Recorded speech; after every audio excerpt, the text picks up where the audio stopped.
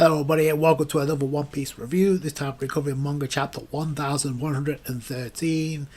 And in this chapter, Oda decides to reveal a little bit of the truth as told by Vegapunk. Now, obviously there's gotta be more to it as far as like the world sinking into the ocean. And some could say this could be a teaser as what's to come heading into the final arc. I don't know, but we'll get into that. So the tension and the danger continues to rise as we enter the climax of this arc, as you would expect. And I gotta say, I love the color spread, and this may be one of the most interesting color spreads we've gotten in a while, just because you can make theories for days about this, because there's so much you can draw your conclusions from this. We got we got the other Straw Hats as chess pieces as Robin's playing. It's interesting to notice the positions of each of the Straw Hats. No, it should be no secret who the king and queen is. Obviously, Nami's in the throne with the crown, so obviously representing the queen. And if you look at Luffy's position, and him in gear 5th, if you see the steam and the chess piece it detaches from, it clearly says king, if that wasn't obvious enough. So that's the king and queen. It looks like Usopp and Brook are the bishops, just because of what they're wearing. Jinbei and Frankie look to be the rooks, which makes sense. And Sanji and Zoro are the knights, which also makes sense. And there are some messages in the background. It's kind of hard to tell what each of them says. Like, you got a sign in the background which says, when you. But if you look, Zoro's armor is literally shielding the rest of the message. So, pun intended, by the way. It's the same thing with Frankie and Sanji. There's another message behind them, but obviously that's been blocked too. So they're the knights, makes sense. So that would definitely make Chopper the pawns at this point. There's several of them, so that would make sense. So like I said, there's so much you can pick apart from this, but it is also to note the caption on this color spread reads, "It's a cover request by a man who likes Yamato." So this guy clearly has good taste. We get into this chapter, and immediately the tease of the chapter is pretty much like, with the minute left, and in this chapter we have like 30 seconds as it starts off before the eventual reveal. The truth to the entire world is spilled, and what's really cool is like you got the rest of the world surveying this. So that was a good thing that Oda kind of reminded us, even though I said it in the last review. So it starts off with Mars with the visual transponder snail, and they keep teasing the hell out of this moment with him like stepping on the transponder snail. And the more that Oda teased it, you knew it was obviously going to be a fake out. I mean, that was just obvious even coming into this chapter. So Oda is playing the message sent by Vegapunk to the rest of the entire world. We actually get to see what's going on elsewhere. And certain villages, certain areas we didn't get to see the last time this happened, so that was actually really cool. So we go to Syrup Village where we see Kaya like watching in here, so that's actually really cool. We also get Twin Cape, which I thought was one of the most interesting areas that Oda decided to highlight. So Twin Cape, we got Crocus and we got Laboon in the background, along with the marine. In one other panel, we got the Marines listening in, but that's not going to do much of anything. And we also get the futuristic island of Baltimore in Vegapunk's hometown. So it's also the place that Frankie ended up. So I think that's kind of important to note as well. We also get the Birdie Kingdom where Chopper studied. Now, I find it cool that Oda decided to highlight that fact as far as leading into an interpretation, because we clearly see one of the members of that tribe is wearing the eye symbol. Now, the last time we saw this, I pointed that out. Before, during the time skip, it didn't mean a whole lot, but now it clearly does, considering what we saw on Wano and what we know about pudding. Whether or not that's connected to pudding or not, I don't know. A lot of people seem to think that eye symbol is related to the Three-Eyed Tribe. I don't know. Or whether or not they're descendants of the Three-Eyed Tribe, I also don't know. But Oda is clearly seeing one of the members on the shoulder yet again with an eye symbol.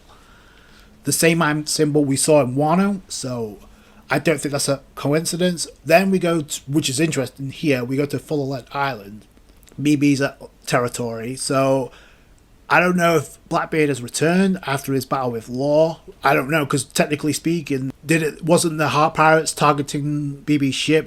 They highlighted that in the anime, so I don't know. but considering Van Ogre's ability, I don't think that's too much of a problem. But I just find that's kind of interesting. Then we go elsewhere before we go to other places as well before we head back to Egghead Island as the message is still continuing. And what's interesting, Mars finally crushes the transponder snail, but it's just a case covering a normal transponder snail. So it's obviously the fake out is there, like as if we didn't know that was obvious enough. So Mars realizes this and he's like, damn it, because the message is still playing and they screwed up. So even if York was like intentionally helping them out, technically speaking, it didn't work out. So not even York knows exactly where the actual transponder snail is. And the fact that she specifically stated that it looks like a triangle, and even that wasn't the right one. So it was just a fake out. So Vegapunk had certain things mapped out. So like I said, it makes no sense to tease this message if it was just going to be cut short by one of the Gorosei just stepping on the transponder snail. That was so anticlimactic, considering the fact you want to tease the fact that Vegapunk is done for. So Mars tries to get in contact with the other Gorosei that's currently on the prowl, and he's like, I'm sorry, I could. He duped us, so the message is still playing, so there's no stopping the broadcast. So then they finally realize this won't be a repeat of Clover. He means to finish what O'Hara started. So, and this is kind of what teases what happens later on in this chapter. Each of them get like a concerned expression, including Saturn. Sanji is like, "Did you hear that? It was a sweet girl crying out." So, and it's interesting that Sanji thinks it's Bonnie because he's running to that location right now. So, obviously with his observation hockey, he heads in that direction. By the way, the speed of Sanji in this scene, considering what Nashjora is right in front of Bonnie and Frankie, about to attack. Now, it's cool that Frankie's shielding Bonnie, but Sanji comes in and is like, no, I'm going to be the one to protect Bonnie. He manages to land a kick on Nashjora, but he quickly recovers. But that shout out to Sanji, and it's maybe his speed, because I don't know I said this before, I don't know what's going on with the Gorosei's like observation hockey, if in fact they have it at all. We've seen this with Saturn, like there's been certain instances where he's displayed that maybe he doesn't have observation hockey. It's either that or his Zoan form is overtaking his rationality, and this is something I brought up last chapter when we saw this with Mars, and he attacked without thinking, but then he realizes, oh, this is just a room where he recorded the message, but yet he's not here. But he already knew that, but yet he still attacked. So maybe it's the same thing with Nashjora. Maybe in these forms they can't use observation hockey. I don't know. But they clearly have either armament hockey or he has a black blade. We don't know. Because the sword immediately is the first thing you see. And the design does kind of remind me of Emma. I'm not going to lie. And this may be the first instance where we've seen the sword. So, important to note, Sanji does land a hit, but the giants interfere after Sanji attacks.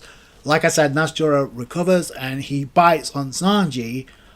I also like the fact that Bonnie's concerned, but that's not too much of a problem considering the exoskeleton that Sanji has and has abused already in this arc. But while this is going on, the message is still playing on. Then Omio, one of the giants from Eni's lobby, grabs a hold of Nashjora and they're like, hold him down. Atlas catches Stella, Vegapunk, who's critically wounded right now. I also like the fact that Bonnie, I don't know if this is what triggered Bonnie to attack, but Bonnie goes in with Distorted Future. Now, the interesting thing she says as she's about to attack Nashjora is like, give me a giant-ish future. Bro, I don't know what more needs to be said. Like, if this isn't another indication of Bonnie tagging along with the Strats, going to Elbaf, I don't know what else to tell you. I don't know what's going to happen with Kuma, and who's conveniently been absent. Now, he did get taken to the ship by the Giants, but I don't think Kuma is done just yet. Like, he may have one final role to play, but it's cool that Bonnie's trying to attack Nashjora while the Giants are holding him down. Whether or not it's going to do anything, I don't know. But there's also a point in the last chapter where Nashjora hyped up Bonnie's power, saying it has the ability to destroy a country. You're not going to hype that up if it's not going to come to effect at some point. And given the reveal at the end of this chapter, Maybe that has something to do with it. I don't know. So we go to Sabali Archipelago. We go all over the place to like where this message is still continuing, and they find out that he's already dead. He's already been executed because Vegapunk in the message. So this message will be programmed to broadcast the second my heart stops. I believe that I will soon be executed for my transgressions. So again, implementing the point that Vegapunk is going to die, even though he has stated himself he wants to share his knowledge with the rest of the world. I also thought what was most interesting in this scene is we actually get to see Judge and Caesar Clown finally seeing what's going on, and Caesar Clown is like crap because he's like, oh, you can't just die, we just teamed up so we can surpass you. So that was actually really cool. I wonder where Judge and Caesar Clown are at, because we see the castle, but we know the snail ships can travel. So where are they at right now? Also see Morgan's news, and he's freaking out because his fake news is about to be exposed because it can't be. He was all over the newspapers just this morning. He said he's being held by the Straw Hats, being held hostage. So that right there is being exposed because Morgan's News tried to provide fake news to like provide clicks. That's just to take on the real world and how that operates. And he also says, don't assume that the ones who strike me down, regardless of who they seem to be, are who's in the right and who's in the wrong. So it seems like they're like, say, do not blame either the Gorosei, the Straw Hats, or Kizaru, because they're the only ones that are there. Now, the Gorosei, Saturn specifically, did strike Vegapunk, but so did Kizaru. I mean, he was the last one to attack Vegapunk after he's already wounded. So we see Saturn climbing up as the group with Nami sees Saturn, and what's also important to note is that Robin's in this area as well. We also see Brooke and Usopp run into action, but I actually thought it was interesting they decided to have Robin recognize that Saturn's voice from the O'Hara incident, so that was actually really cool. Whether or not that leads into anything, I don't know. Either way, Nami screams, protect Robin, as Saturn's about to attack. That's interesting because Zeus also blocks the attack, and so does Chopper, as Nami gets Robin away, so that was actually really cool. I also like the role that Nami's had ever since the Straws separated. Like, she's really been on point with getting down to business. So, obviously, like I said, the colour spread, even though it was a cover request, which had Robin on it, it may have been a fan request, but technically speaking, Robin does have the power to like move the chess pieces around, considering the knowledge she has and what she could learn on Elbaf. So, and yeah, I realize Saturn did try to attack Robin, but let's be real here, that's as far as it's going. Especially considering two things. Number one, in the last chapter, Edison went off. He has a plan to get the Strats to absolute safety. He said, I will get you to safety no matter what. That's number one. Number two, Oda decided to have certain characters absent in this chapter for a specific reason. Zoro, Jinbei, Luffy, and Dorian Bragi. They were absent in this chapter. I guess technically speaking, Jupiter's been absent for a while. So the Straw Hat's protecting Robin, that's great. And considering the fact that obviously Robin can't fight right now because considering she has wounds from a fight with York, I'm hoping like the anime will add what the manga hasn't, and that they'll add the fight possibly, because clearly they're nerfing Robin for a reason. Like, I don't understand. Like, so that's my hope, that the anime will fill in the huge battle that we did not get to see in the manga when it comes to York versus Robin, that left Robin in this condition.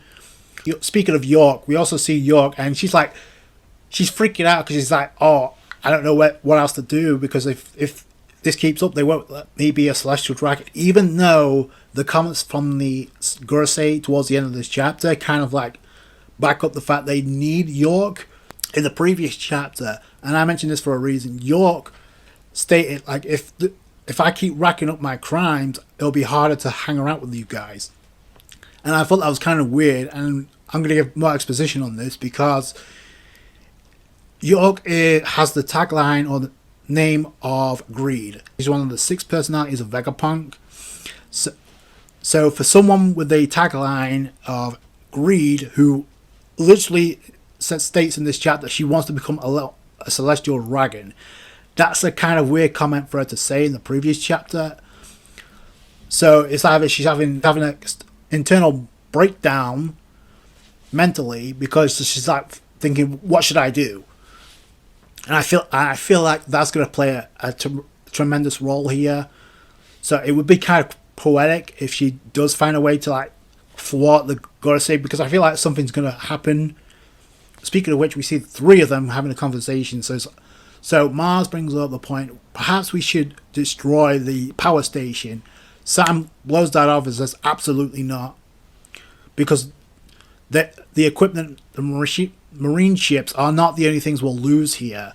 So they really need the power station. Then Top Man goes to say, we would also be sacrificing one of our only means of replicating the success with the Mother Flame. Obviously, York has the ability to replicate the Mother Flame, so that's right there, doubling down that they need York no matter what. So they're not going to be turning on her. So if I was York and you want to survive this, I would use that to my advantage. But we'll have to wait and see where that goes, because Oda's highlighting this from York for a reason. Like, there's no reason to have a panel of York having a breakdown of, oh, I'm not going to become a celestial dragon if I can't figure this out. But in the last chapter, it completely contradicts what she says here. So it's like, which is it? And I feel like Oda's doing that deliberately. We get to the reveal of what Oda's been hyping up for like months now when it comes to like Vegapunk and his truth. Granted, it's not all of it, but he goes on to say, I'll cut to the chase. Our world is going to sink into the ocean. And that's how the chapter ends. We also see a panel of Fishman Island with Shirahoshi commanding a Sea King. That is not a coincidence, because the moment I saw that, I immediately thought of the prediction of Madame Charlie from Fishman Island and what she said about Luffy potentially being the one to destroy Fishman Island. Now, that still has not happened, but that's not a coincidence that Oda decided to have the ending of this chapter, the final panel of this chapter, be about Fishman Island and Shirahoshi commanding a Sea King, considering that's going to tie itself up once Luffy reunites with Shirahoshi at some point. And this is what I said, perhaps this teases what goes into the final arc. I don't know. But you're not going to have that panel be about Fishman Island if it's not going to lead anywhere, especially at this point. This could be a consequence of numerous things that could play a factor here. One of them I just mentioned earlier, with Bonnie having the potential to and have the power to destroy a country, as hyped up by Nashjiro in the previous chapter. That's a possibility. Another possibility is the weapon, the Mother Flame, used by Emu, is going to be used again. But let's be real here, the after effects are still being felt even after the previous attack that wiped out the Lucia Kingdom. Yeah, but the fact that he says our world is going to sink into the ocean, I don't know how he can know that, unless it's something he's already been told by somebody who's already seen the future. So you can make that what you will.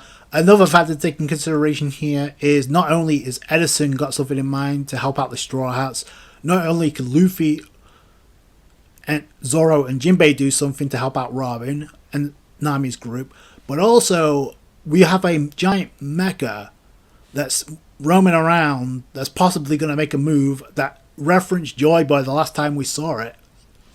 So that, and Oda's deliberately trying to like bypass that and not have him included, because that's what he left on before he had the break. So yeah, that's just certain things to think about here. There's going to be another attack by the Mother Flame. That could be what drives everything into the ocean, but from what we've seen right now, it seems very far-fetched and seems out of left field, unless we get another attack from the Mother Flame in this arc. Like, there's no reason to hype this up yet, especially coming from Vegapunk. If you're like teasing the fact that he's potentially going to die, the momentum swings back and forth, back and forth. So Vegapunk's obviously there's got to be more to this other than the fact that the world, the One Piece world, is going to sink into the ocean. Technically speaking, like being Fishman Island, that's already underwater, no duh. Then we got a submerged version of Wano underwater, with nothing, which we need to get a reveal about the ancient weapon Pluton, which we know is attached to Wano. That has to play a role at some point. Also, the borders of Wano need to be opened up because that was also teased. So that also has to play a role. But yeah, there's so many things coming out of this chapter. To note is this is only the first arc in the final saga. It's not like it's the final arc. But with all we've seen so far, you would think it is, but it's not. But let me know what you guys think down below. I thought it was an interesting chapter and an interesting cliffhanger, considering there's got to be more to the story. But yeah, I thought it was a really good chapter from Oda. There's a lot of juicy information that a lot of people are going to be theorizing for days, perhaps even months following this. But we'll see where this goes. Like I said, there's got to be more to the story as far as how is the world going to sink into the ocean, and how does Vegapunk know this? Like, and if he did know this, who did he find it from? Because I don't think he got this information by himself. So that's going to do it for today, guys. Thanks so much for watching. Like the review if you did. Thumbs up. I appreciate that. Subscribe to for more One Piece. Catch you guys later. Thanks, guys. Bye.